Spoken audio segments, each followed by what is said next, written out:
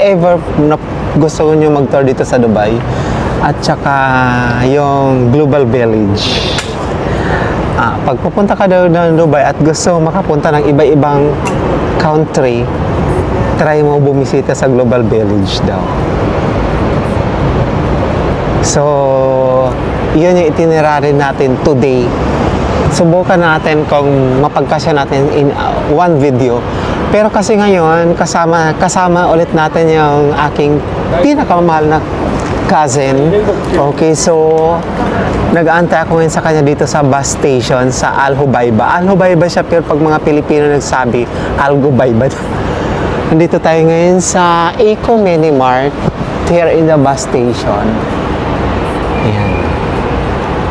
Kahit Dubai, malinis talaga yung Dubai. Proven talaga yun na malinis yung Dubai. Ayan.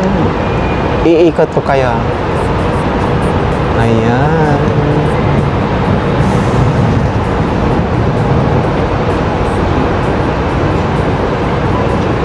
Ayan yung Eco Mini Mart. Dito tayo sa upuan nila nakaupo. Antayin lang natin yung pagdating niya. May binili lang daw siya. Hindi ko alam kung anong binili niya. Ganito po ang kusina ng Dubai. Nandito na ako sa bahay ng aking pinsan. May kumakain, no? Oh, ayan. Hi po. Hello vlog. How are you vlog? Ang lawak ng kusina nila dito na amisa ko. Yung sa amin kasi laki lang. Yung sa amin kasi laki lang ng kwarto mo. Ganyan yung mga kusinahan dito sa Dubai. May naglalambing po.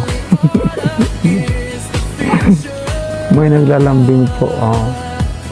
Si Mia, meet Mia.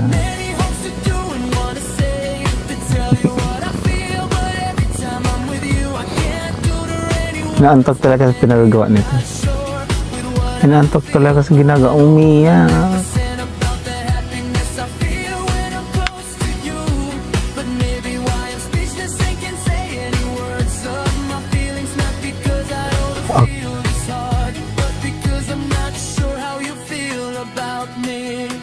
So, don't ever tell me that I was scared. That's why we end up nothing. Because if you ever feel something, or if you ever fall in love with me, at least you do something. But if ever someday we'll end up with each other, I want it to be forever. And I will do everything to make you happy. Just love me truly and with loyalty. This is the dream love I wish. Okay, ngayon papunta